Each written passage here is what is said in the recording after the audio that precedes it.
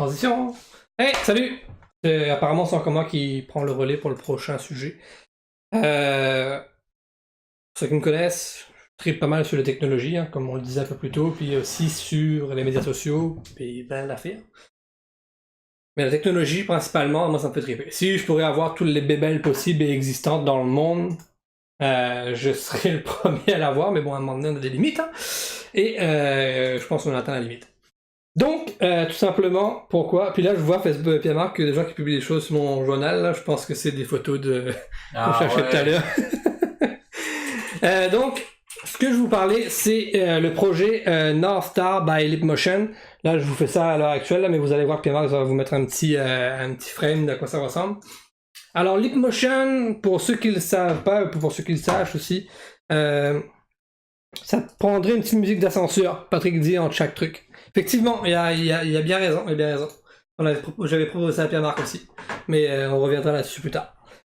Donc, je vais vous parler de bien évidemment projet North Star de Leapmotion. Leapmotion, c'est une compagnie qui a décidé de tout simplement réinventer la façon de jouer un peu, si je peux dire, puis même réinventer la façon dont tu interagis avec ton environnement. Exemple, ce que je veux, de quoi je parle, c'est que là, vous voyez à l'écran actuel, bon, c'est ça, vous voyez quelqu'un avec un casque pour l'instant, je dirais pas c'est quoi, mais je vais vous l'expliquer après, de réalité mixte. Là, les gens, ouais, on me revoit. Là, les gens savent c'est quoi la réalité virtuelle, la réalité augmentée. Mais je vais faire un petit résumé de la différence entre les deux. La réalité virtuelle, c'est, t'as un casque, peu importe la marque, Oculus, ça peut être Vive, ça peut être les Samsung Gear, que tu installes sur ton visage, et là, ton cerveau et ton être entrent dans le monde virtuel. C'est-à-dire que tu vois plus ce qui se passe à l'extérieur, t'es dans le monde virtuel tout simplement, fait que t'es à l'intérieur, puis tu vis dans ce monde-là, t'avances et t'évolues dans ce monde-là. Il existe des jeux en réalité virtuelle en ligne où tu es branché en ligne avec un casque et deux manettes et tu interagis avec d'autres joueurs en temps réel et en ligne. Ça, c'est de la réalité virtuelle. Il y en a même aussi où une compagnie de Québec, je pense que je ne me trompe pas, qui a créé un jeu, ou Montréal, là, au m'arrêterai, qui s'appelle Away. Tu incarnes, c'est un jeu de survie, tu incarnes un animal, tout simplement. Je pense que tu mets beaucoup d'énergie là-dedans, Pierre-Marc. pour mes photos, je suis un peu tout seul. Tu incarnes un animal et tu dois survivre en tant qu'animal, puis c'est un jeu où tu peux être en réalité virtuelle. J'ai testé là, t'es un aigle et tu survoles des champs en feu, c'est assez capoté. Ça c'est la réalité virtuelle. Et on a la réalité augmentée. Ça c'est autre chose. Tu augmentes la réalité. C'est très simple, ça se dit, ça s'explique comme ça. La façon la plus courante de le faire, c'est qu'on a une application sur notre téléphone. Oui. Et là, on voit en bas la fois où j'étais avec Zuki, bien évidemment. Ouais, j'aimerais m'excuser pour le temps que j'ai pris. Je sais que j'ai mis beaucoup de temps, mais si je peux me permettre, c'est juste de faire rire les gens un peu. Mais t'es tout seul, effectivement. Je vais rester avec toi. Mais ça, c'est un des mimes. Donc, on utilisait Yann, comme vous avez vu avec l'image. On le mettait dans différents sujets. Merci Danny et Jessie qui m'ont tagué. Vous êtes vraiment des bons amis, tabarnou. Bon, fait que je disais quoi avant qu'on fasse n'importe quoi, là? Non. J'ai rendu à expliquer c'est quoi la réalité augmentée pour revenir à la réalité mixte. Yes. La réalité augmentée, c'est quoi? C'est t'as un téléphone Pokémon Go, ça c'est ça. Ouais. Pokémon Go, t'as joué à ça? T'arrives, t'as un téléphone cellulaire, une application, peu importe là, t'as sur ton téléphone l'application, tu marches dans la vie, et tout simplement, c'est bien, tu marches dans la vie, et tu rencontres un Pokémon. Tu sors ton appareil photo, tu sors rien d'autre. Ah oui, tu sors ton appareil photo. Et c'est important, messieurs, quand on sort l'appareil photo, on ne sort rien d'autre. Merci.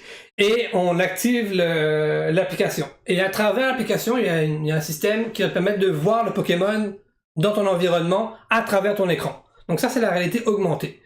Autre style de réalité augmentée aussi qui a été créé, vas-y. Moi, j'allais en dire avec les expériences sur les terrains de combat. Donc, lorsqu'il y a eu des combats historiques, première, deuxième guerre, les gens peuvent arriver avec leur cellulaire. Le but, là, c'est pas de faire un spectacle. Le but, c'est de présenter l'information. Donc, avec ton appareil photo, tu vois une plage de Normandie. Hey, c'est beau. Puis là, tu prends ta caméra. Là, ils disent, ben, regardez regardez le débarquement, là. De quoi avait l'air ce que vous voyez présentement. C'est assez troublant de dire ici, là, malheureusement, il y a des gens qui sont décédés. que tu vois à travers l'image. C'est utilisé à plusieurs fins, mais je trouve ça vraiment formidable, justement, entre autres dans l'histoire. Là. Ouais, ben, même plus proche de nous, puis aucun lien avec l'histoire, le dernier programme des étudiants du Cégep de Matane, c'était un document, c'est papier. Puis ce document-là, avec une application qui a été développée ici, quand tu passes ton téléphone dessus, tu es en mesure de voir des éléments qui ressortent du livret. Donc ça, c'est la réalité augmentée. Maintenant, la réalité mixte, c'est tout à fait autre chose, mais qui se rapproche de ça. On a vu tout à l'heure le casque qu'on a sur la tête. C'est tout simplement d'avoir un casque avec un équipement bien spécial à l'intérieur, où là, la Leapmotion entre en jeu. La Leapmotion, c'est quoi? C'est un petit boîtier, à peu près gros comme une webcam, où tu le déposes sur une surface, puis il détecte des mouvements. Tu fais un point fermé, admettons, dans un jeu, c'est pour lui dire d'avancer ou de reculer, n'importe quoi. Si tu fais ça, tu bouges ta main de même, ben, tu peux faire avancer, reculer le personnage, courir, tirer. Donc la Leapmotion détecte des mouvements, puis les interprète, puis les renvoie à l'ordinateur pour pouvoir donner un signal et faire une action dans le jeu. Yes. Donc, ce qu'ils ont fait chez Leapmotion, ils ont intégré cette chose-là dans le casque.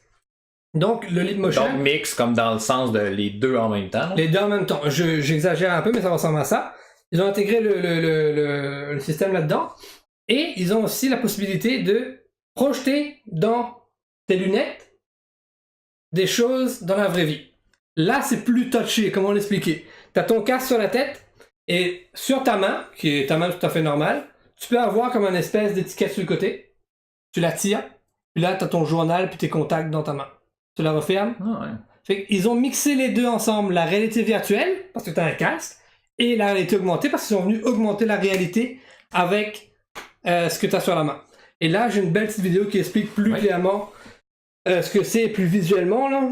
On a Jean Pichet qui est ici. Si je ne me trompe pas, si j'écorche votre nom, je m'excuse, monsieur. Ok, Pierre va lancer cette vidéo, ça va être très très court. Vous allez pouvoir voir de quoi je parle. Là, est-ce qu'on m'entend? Oui. Là, vous voyez, là, le gars, il a sur son visage le casque, et à travers le casque, ben, il voit exactement ce qu'il voit là. Et qu'il peut interagir. Ah ouais, bien même la... Ah ouais, c'est quand même cool. C'est cool, hein? Ouais. Fait que là, tu sais, il y a une full interaction avec ce qu'il fait. On voit super bien, là. Danny dit chaîne du nez. Chaîne du nez, eh oui. Et c'est vraiment en réalité augmentée et mix, parce qu'il peut toujours voir ce qui se passe en arrière. Tu sais, regardez la main, là. Tu sais, il est venu vraiment capter tous les doigts de la main, puis donner un rig sur la main. Ça, c'est du travail là, en modélisation, là. Puis en capture de mouvement aussi. Mais grâce à cette technologie-là, il permet de faire ça. Pat? Quand même, c'est vraiment cool. Ça me surprend, mais tu sais, je vois un peu. C'est sûr, pour l'instant, le casque est très gros. Imaginons que ça deviendrait comme des lunettes de vue, ça serait assez hot, là. Mais là, ils veulent faire ça. Pourquoi? C'est juste pour du jeu vidéo? C'est pourquoi? C'est pour toutes sortes de choses. Tu sais, il y a justement le gars en arrière de ça, là. J'en parle plus de son nom, là. Il y a un nom spécial. Il a fait comme un petit court-métrage qui vient montrer toutes les possibilités que tu as avec ce casque-là. Tu sais, tu peux avoir ce casque-là sur ta tête. Il est connecté, ou même à un autre style de casque un peu plus petit, là. Il est connecté tout simplement en Wi-Fi ou peu importe. Et quand tu circules dans la rue, tu peux voir les affiches qui sont sur les bâtiments, mais de façon numérique, mais à travers ta réalité mixte. L'affiche que tu vois, elle est personnalisée pour toi, tu sais. Parce que tu sais, c'est lié avec l'Internet. Et que les contenus que tu vois sont mixtes, mais sont personnalisés juste à toi. Ouais. C'est une utilisation. Il y en a d'autres. Moi, c'est drôle, j'en vois au niveau du travail. Je m'imagine en train de travailler avec des lunettes et être capable de voir en même temps la soluce. Genre, faites ça. Ouais. Je m'imagine, ça pourrait même servir. Et ça peut servir à mauvais escient peut-être, là, mais je l'imagine aussi au niveau de la formation. OK, faites ça, tu sais, être assisté finalement. Totalement. Ben oui. Ça marche comme ça aussi. Puis, qu'on parlait tantôt de travail en... Oui. Si tu me permets, je vois Jean Piche qui dit qu'effectivement la NASA est friand de cette technologie-là. J'en doute même pas. Je suis persuadé que ça peut aider. J'imagine, justement, là, je connais pas assez ça, là, mais peut-être qu'un astronaute, durant son travail, pourrait s'en servir pour voir quels sont les objectifs, etc. Ou, je sais pas, là, je suis pas un pro, là, mais surtout que les autres, il y a un casque qui peut permettre de rentrer pas mal de technologie. Ouais, c'est ça. Puis ce qui est intéressant avec cette technologie-là, pardon, c'est c'est open source, je cherchais le mot. Oh, ok. Fait que je vais mettre ça dans les commentaires ou sur le groupe. Je peux le mettre tout de suite dans les commentaires, je l'ai pas loin. Ok. C'est le GitLab, c'est-à-dire c'est l'endroit où on stocke les informations concernant c'est le GitHub, pardon. Ce projet-là. Fait que vous pouvez aller le télécharger, puis si vous êtes des patenteurs, là, vous allez pouvoir vous-même créer le casque. C'est pas compliqué, il faut de la soudure, quelques morceaux électroniques, puis des prismes. Puis de la Leapmotion. C'est pas bien compliqué, vous demandez à François Lévesque. Ah ouais, il est bon pour ça? Ah, ok. Il pourrait se surprendre. Ok. Ben, on a un projet, François. Fais quelque chose pour la semaine prochaine.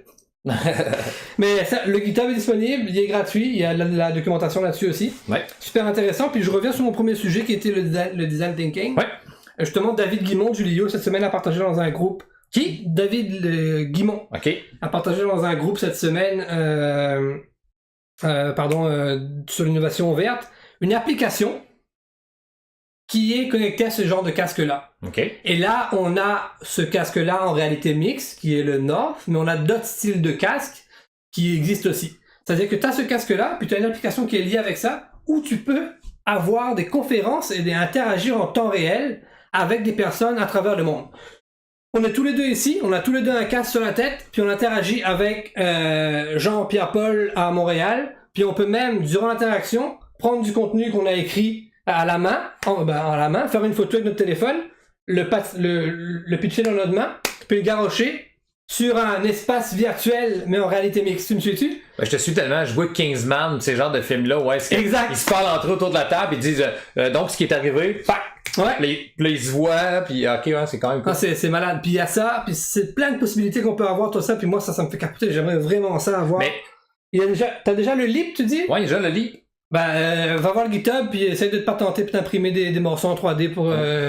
Mais ce que je trouve cool, c'est que... En fait, ça, c'est vraiment de la recherche, parce que le nombre de gens dans toute la planète, sur toute... Il doit être assez limité le nombre de gens qui ont ça présentement. Ça veut dire que quand tu développes des applications, t'es vraiment au premier balbutiement de tout ça. Là. Mais je dis pas qu'il y a personne, mais je veux dire, tu t'attends pas d'avoir 1 million de downloads. Là. Non, mais la beauté, c'est comme c'est un truc qui est en open source. Mm-hmm. Tout le monde peut le faire. Là. Fait qu'il doit y avoir des choses qui sont faites qu'on n'est même pas au courant. C'est vaste là. Puis je me rappelle plus trop, mais je sais pas si tu suis le chroniqueur scientifique technologique sur Radio-Canada qui s'appelle Mathieu Dugal. Oui, ben en fait, j'avoue que je le suis plus au niveau audio lorsqu'il y a Oui, avec le podcast Moteur de recherche. Là. Ouais. Mais il met des contenus sur Facebook vidéo. Ouais, des fois, il dit, j'y vais jamais, là, je devrais y penser, mais des fois, il dit, allez voir sur mon Facebook, j'ai fait ça, mais bon. Il a essayé justement ces casques-là. Un genre de prototype. Ouais. Ben, non, c'est un casque quand même assez fini, là. Je me rappelle plus du nom, c'est pas le projet North Star, là. Okay. Mais c'est quand même assez terminé, là. Puis, tu sais, il pouvait faire toutes sortes de choses avec ça, là. Tu sais, c'est incroyable. C'est même des peintres, tu sais, qui peuvent aller faire leur peinture, mais en réalité mixte, qui créent leur œuvre en 3D dans un environnement dans lequel ils ne sont pas vraiment. Tu sais, c'est compliqué à expliquer de même, mais... Ouais, je comprends.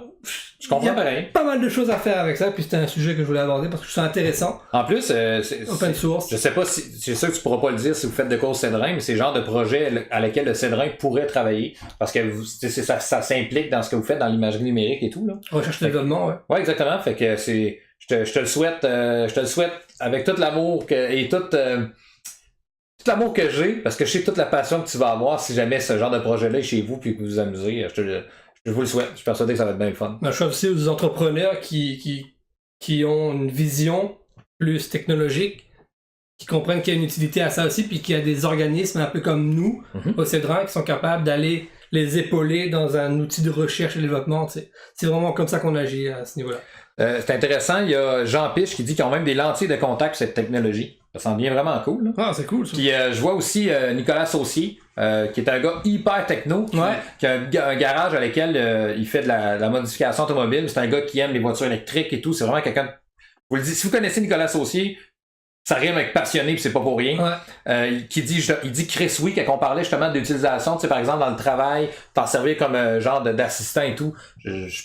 En tout cas, je vais aller m'informer parce que pour vrai, j'étais plus ou moins au courant, mais je suis sûr qu'il y a vraiment de quoi de cool à faire avec Totalement. ça.